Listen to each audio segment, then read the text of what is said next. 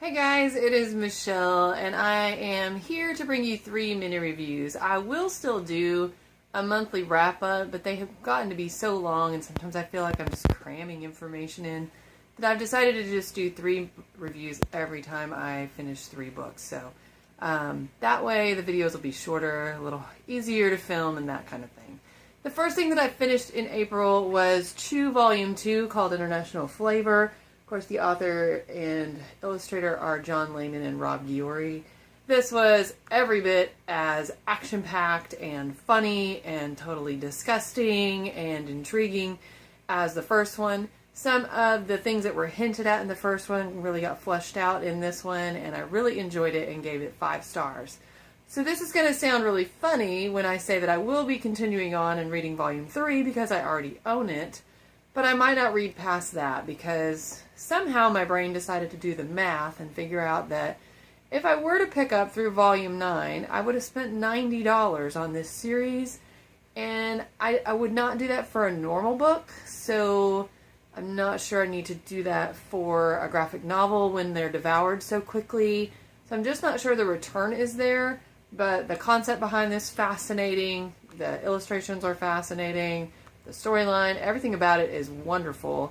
I just don't know if it's worth the money, so we'll see what I do in the future, but I may not be continuing. But I highly recommend it. It's the best graphic novel series I've ever picked up. So, next I finished The Hero of Ages by Brandon Sanderson, and this is book 3 in the Mistborn trilogy, and it was fabulous. I love this series, gave it 5 stars.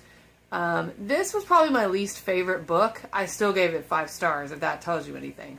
I detached from it for about 20 to 30%, maybe from maybe 50% into the book to maybe 80, but that could have been more related to just stress from school and the testing time of year and all of that, and so it was probably me more so than the book. I loved how it started out, and 2 characters that I felt were just kind of not getting the love that they needed. Really got to have their stories highlighted, and that was awesome, and it revealed a bunch of cool information. There was one revelation I was just like, that's genius. I should have seen that coming, and no, I did not. All the surprises. Of course, the magic system was still awesome. It's just a fabulous world that he has built, and the conclusion was just stunning.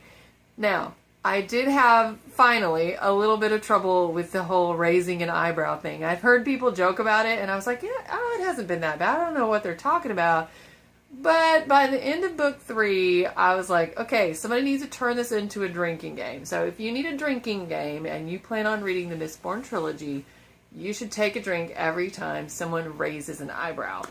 Because especially in the 3rd book, you will be very drunk. At one point, a dog raises an eyebrow. So, yeah, it gets a little bit out of control and a little bit overused, but it really doesn't detract from the story. It was just kind of something that was making me giggle when I would run across it. It was like, okay, we might need another way to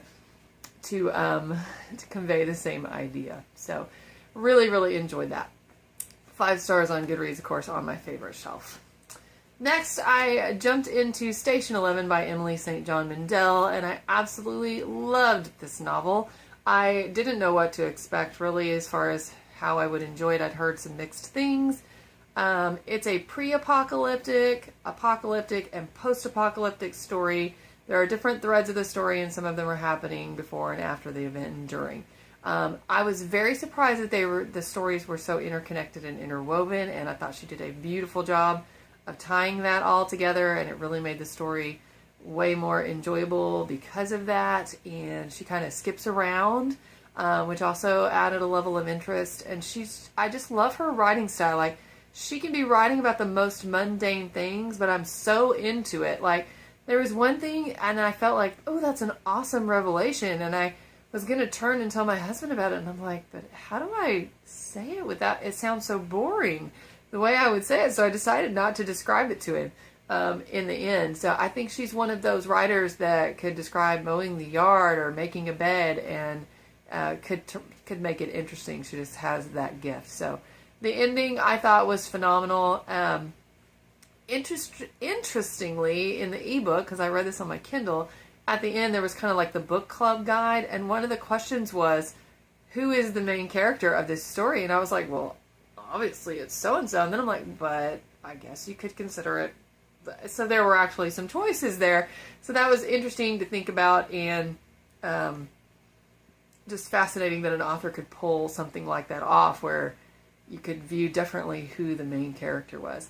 There was also something she included at the end of the book that two of the characters observed, and it just popped so many questions into my mind, like, is that possible? How is that possible?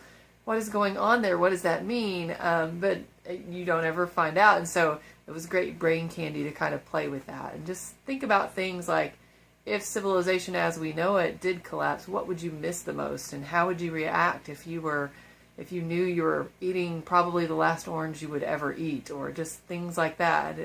You know, how would it impact you to lose the mundane details of our current civilization? So, fascinating story. I gave it 5 stars on Goodreads. That is it for this video. Thank you so much for watching, and happy reading.